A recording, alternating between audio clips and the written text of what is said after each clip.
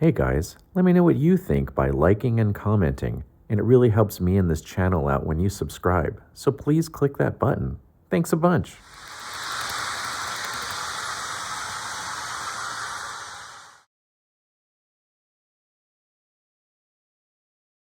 Today's episode is brought to you by Petsistence First Aid Kits. If you're like me, you love your pet. You take them with you if you can. You certainly care for them a ton at home. But just remember that no matter where you are your pet's first responder. Like it or not, you are your pet's first line of care and perhaps only line of care. They depend on you to make sure that they stay happy and healthy, and the people at Petsistence have made sure to create a product that will help you do just that. With the help of veterinarians, the Petsistence First Aid Kit is a 60-plus piece first aid kit that comes in this handy carrying case. It's a soft carrying case that is meant to be as light as possible. The entire thing fits easily in your car or in any kind of suitcase you're going to use during your travels. The kit contains many bandages and wraps of all sizes for your pet, and it also contains things such as cleaning solution, Q-tips, combs, lancets, and a dog whistle. Here's a list of all the things included with the kit, and hopefully you will find it useful as I have. Remember, Petsistence for the first line of defense for your pet. All right, everyone. Well, today I'm going to start trying to model a Burlington Northern Santa Fe executive train.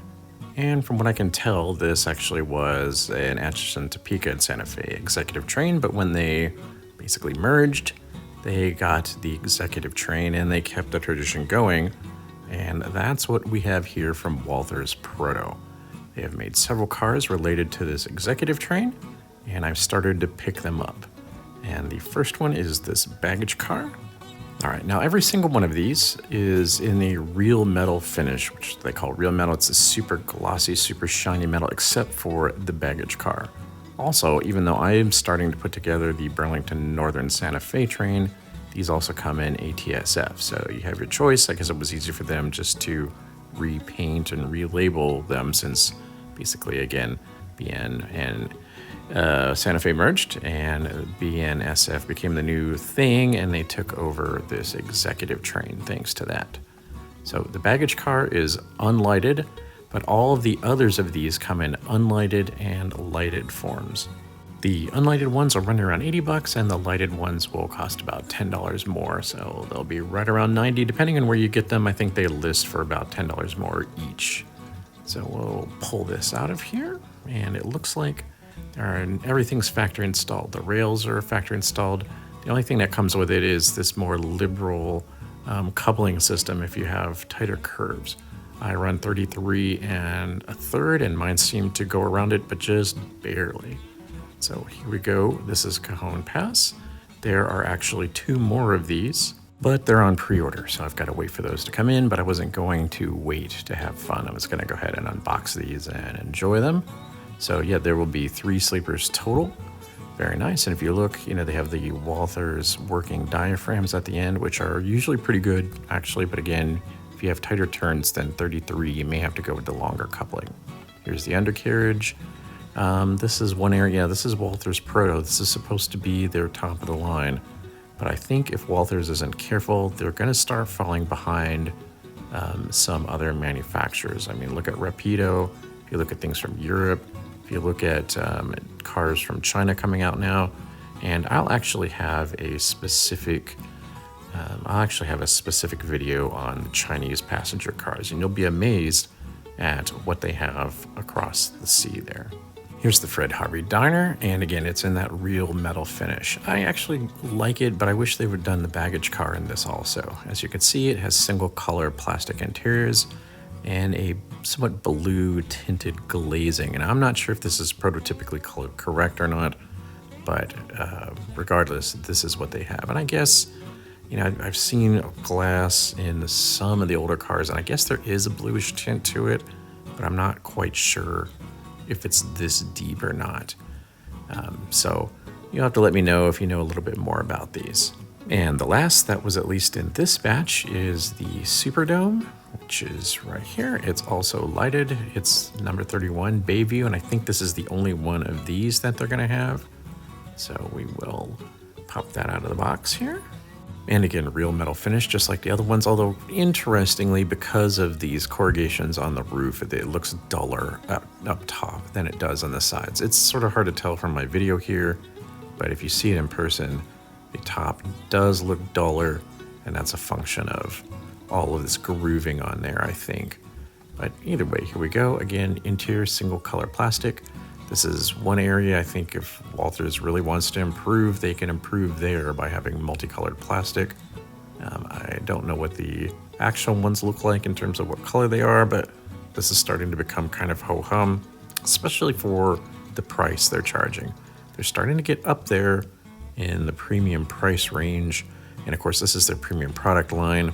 And I think, you know, I guess it's going to take American consumers saying, hey, you know, we want better for them too. But again, Rapido's pushing them. Hopefully some other companies will start pushing them as well, so we can just have better trains. Okay, well, in real life, we're missing a couple things. We are missing a power car because obviously the diesels that they're going to use, they're just going to be regular freight hauling diesels. They are not going to produce head-end power. And also in this lineup, there's no true observation car. I'm really bummed. There's no observations / business car. There are some that are handmade that you can find on eBay once in a while, and you could probably get someone to custom do it, or you'll have to convert Locomotive or some other business car, but it's a real bummer that Walthers isn't producing a business / observation car for this thing. In fact, it just sort of doesn't look right as a business train, right? Without some sort of observation car attached to the back. Oh well, can't have everything, I suppose. All right, I'll give you a little bit better look here. So you can see the Walthers trucks. I always like Walthers trucks, at least in terms of their look. I always find them to be a tad sticky and squeaky though in practice. And I don't know. I don't know if this one's going to be any better, but my guess is it probably won't be. They've been making these trucks for so long and they've been making them a certain way that I doubt they're going to change now. One of the, course, the nice things about them is they do have pickups on them. They do have electrical wipers on them just right out of the box. So it's hard to complain about that. But still, I wish they would be a little bit smoother rolling sometimes. Okay, take a look in the diner here. Very nice, but again, I'm just somewhat disappointed that they're still sticking to single color plastic. I don't know what it's going to take for Walthers to change their mind or to start upgrading their thought process on this, but I would just like to see a little bit better. And again, here is inside of the dome. Nice, it has the 3-axle trucks. Very nice, but again, if you have something that's less than maybe 30 inches, you may have issues with these tracking properly. They track okay on mine, but I can tell they're starting to really push the limit a little bit. Okay, here's the lighting. One thing about the lighting that you should know is my camera is auto-correcting the heck out of the lights. In fact, they are very blue. I'll simulate what the blue looks like, but one thing I really hate about this Superdome is the fact that only the bottom section is lit. Is that way in real life? If it's not, I wish the whole thing was lit. I think even if it's not that way in real life, I'm going to go in and light the whole thing myself. So I'm not a big fan of that. I wish they would have lit the whole thing up, or at least light the dome from the underside. I don't think that would have been quite as difficult. All right, there was the dining car. Here is the sleeper, and you can see there's some bleed through on the roofs. Not the worst sin in the world, but I don't think it really measures up to today's standards either necessarily. I think they could have done better. All right, here is my best simulation of what these really look like. I tweaked the colors quite a bit, but they are definitely very cool, very blue lights. There's so much light intensity that those are showing up white again no matter what I do, but they have a definitive blue cast to them, and I'm not entirely sure. I'm super amped about that, but it is what it is, and that's what you're gonna get if you buy these. Okay, and another downer, these things are not capacitor held. So if you look, they'll go through kind of a bad part of my track and they'll flicker. Well, at least that one didn't flicker, but the diner is gonna flicker here. Not good. It shouldn't take them too much work to put capacitors into these. So again, if that's something that you're into, you're going to miss that here. And again, I think it's an area where Walthers can improve. Okay, well, here's what's going to pull my business train. It is going to be this AC6000 made by General Electric. It's Burlington Northern Santa Fe, and it looks like, I don't know if they actually use this particular locomotive or any AC6000s to pull it, but I've always wanted these, so might as well get one, right? No time quite like the present. I got this one pretty cheap because apparently somebody painted over. It's supposed to be green and not black, but whoever this was didn't particularly care for the green, so they painted it black. I really don't care. That's actually okay to me, and I didn't think, frankly, that this would be that great of a model anyhow. Now, it sure does look nice for what it's worth. I think it looks great, but the electronics in Paragon 2 and the sounds are suspect, I think is the best way to put it. But I don't have an AC6000, and I figure when Broadway Limited or somebody else issues these again, I'll be able to get a more updated one, and I'll have 2 of these to run, since I'm sure they at least used a couple different ones. So yeah, take a look at it. It's pretty nice actually, and I think again from the photos I've seen, they ran them behind regular freight locomotives and just ran the power car. And of course I have no idea how I'm going to get that power car, but here we go.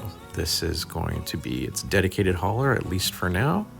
And we'll see how it goes. So let's get this on the track and see what it sounds like.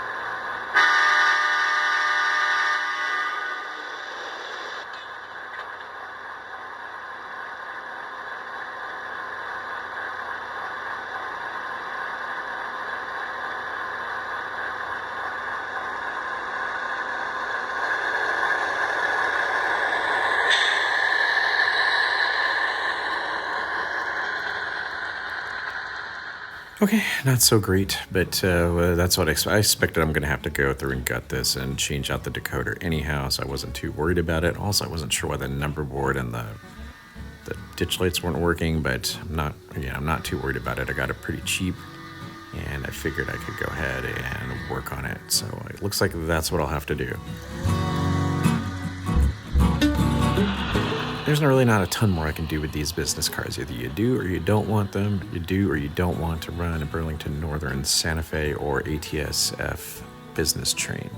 You know who you are out there, and if you were sort of on the fence, hopefully this review helped push you one way or the other. Like I said, it should be slightly longer, but what bums me out is the fact that there is no observation car and there's no power car, and I like running those things because I just want this to look a little bit more realistic than what I can get here.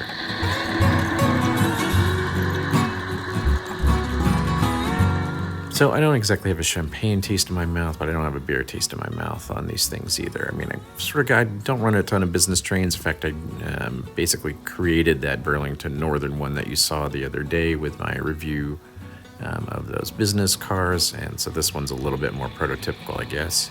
Maybe it was just a good excuse to pick up this AC6000, and that way I'm like, oh, I've got something to run it with now, so I guess that works too.